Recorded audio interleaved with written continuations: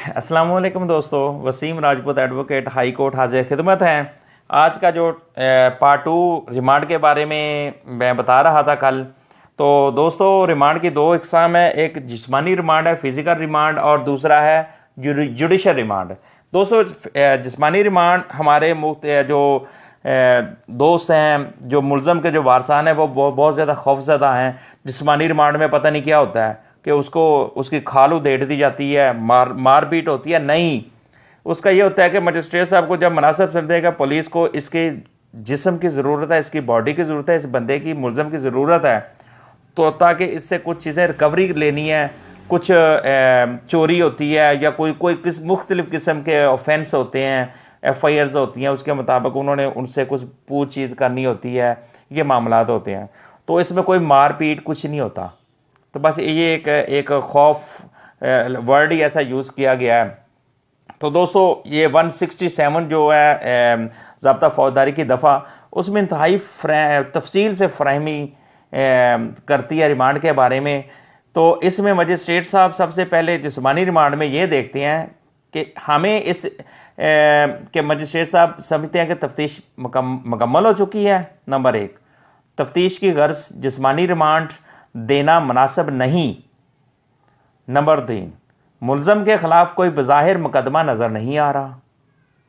Number 4, तमाम बरामदगियाँ रिकवरीज़ मुकम्मल हो चुकी हैं। तो उसको मजिस्ट्रेट साहब जब मुनासिब समझें तो उसको वो जुडिशल कर सकते हैं, जेल भिजवा सकते हैं।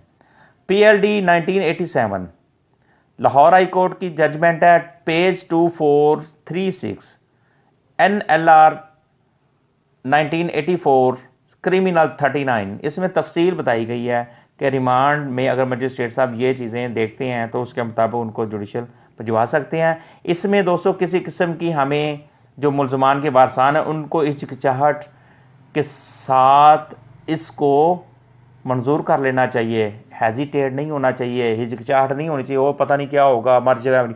और पुलिस पे ना रहें कि पुलिस रिमांड लेगी, पुलिस करेगी सारा कुछ। पुलिस कुछ नहीं करती। पुलिस ने मजिस्ट्रेट साहब के सामने पेश कर देना होता है, और आगे अदालत अगर मुनासिब समझे तो फिर उसको जुडिशल कर दें, उसको रिमांड पे भिजवा दें। 14 दिन का रिमांड होता है दोस्तों, सिर्फ 14 दिन का। उसी में से 2 दिन, 4 दिन, 5 दिन, 6 दिन एंड जुडिशल। और आगे जुडिशल रिमांड की बात है, इसमें वही बातें जो मैंने पिछली बार दोहराई हैं कि ये चीज़ें मजिस्ट्रेट साहब अगर मुनासिब समझेंगे, बंदे की तफ्तीश मुकम्मल हो चुकी है, मुलज़म की रिकवरियाँ मुकम्मल हो चुकी हैं, मुकदमा में ज़रूरत नहीं है, तो फिर उसको जेल भिजवा देंगे। ये जनाब और 167 ज़ाब्ता फौजदारी के जो दफ़ा इसमें तफसील बयान की गई है। अब गैर कानूनी रिमांड की बात बताऊंगा, वेरी इंपॉर्टेंट है दोस्तों। वही सेक्शन ज़ाब्ता फौजदारी 167 के मुताबिक अदालत को रिमांड देने की वजूहात अपने हुक्म में लिखना ज़रूरी होती हैं कि मैं रिमांड, मजिस्ट्रेट साहब कहेंगे मैं रिमांड क्यों दे रहा हूँ, क्या वजह है। वो ये अगर नहीं करता, और एक चीज़ मैं दोस्तों बताना चाहता हूँ, अपने वकला भाई जो यंग वकला मेरे हैं, छोटे बहन भाई हैं, उनके ये रिक्वेस्ट करना चाहता हूँ कि जब भी आप रिमांड कंटेस्ट करते हैं अगर, तो उसमें आपने जो उज़रात होते हैं ना, जो वजूहात हैं, वो सारी आप तहरीरी तौर पर मजिस्ट्रेट साहब को अगर पेश कर दें तो बहुत अच्छा होगा। मजिस्ट्रेट साहब उसको फाड़ नहीं सकेंगे, ना ही उसको नज़रअंदाज करेंगे। अगर ये चीज़ें मजिस्ट्रेट साहब मेंशन अपने ऑर्डर में नहीं करते तो दोस्तों उसके ख़िलाफ़ आप सेशन जज साहब के पास निगरानी भी कर सकते हैं उसी रिमांड में। और इस बारे में ऑनरेबल लाहौर हाई कोर्ट को सख्ती से ऐसे मजिस्ट्रेट साहब की गिरफ्त करनी चाहिए कि वो वकील साहब जो कौंसल होते हैं उस केस में एंगेज होते हैं, उनने जो रिटन तहरीरी जो वजूहात पेश लिखी होती हैं, उज़रात लिखे होते हैं, तहरीर किए होते हैं, तो उनको अगर वो मजिस्ट्रेट साहब इग्नोर करते हैं अगर, तो फिर फाड़ देते हैं, तो उनके ख़िलाफ़ हाई कोर्ट को चाहिए कि वे सख्त गिरफ्त करें। तो लिहाजा दोस्तों 167 जो ज़ाब्ता फौजदारी है उसके तहत मजिस्ट्रेट साहब बाउंड हैं कि वो सारे मामलात अपने ऑर्डर में मेंशन करें कि मैं 2 दिन का रिमांड दे रहा हूँ, क्यों दे रहा हूँ, क्या वजह है, 3 दिन का दे रहा हूँ, 4 दिन का दे रहा हूँ, क्या वजह है?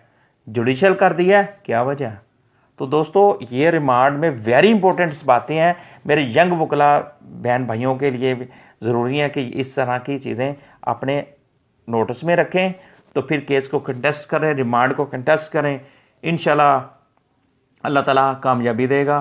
और दोस्तों अगर कोई ऑफेंस बनता ही नहीं, अगर मजिस्ट्रेट साहब समझें तो इस पे जो एलिगेशन लगी है ये बज़ाहिर मुकदमा नहीं बनता, ये बंदा बेगुनाह लग रहा है, तो मजिस्ट्रेट साहब उस FIR को डिस्चार्जी का भी ऑर्डर फरमा सकते हैं, उसी वक्त उस मुलज़म की ज़मानत भी ले सकते हैं।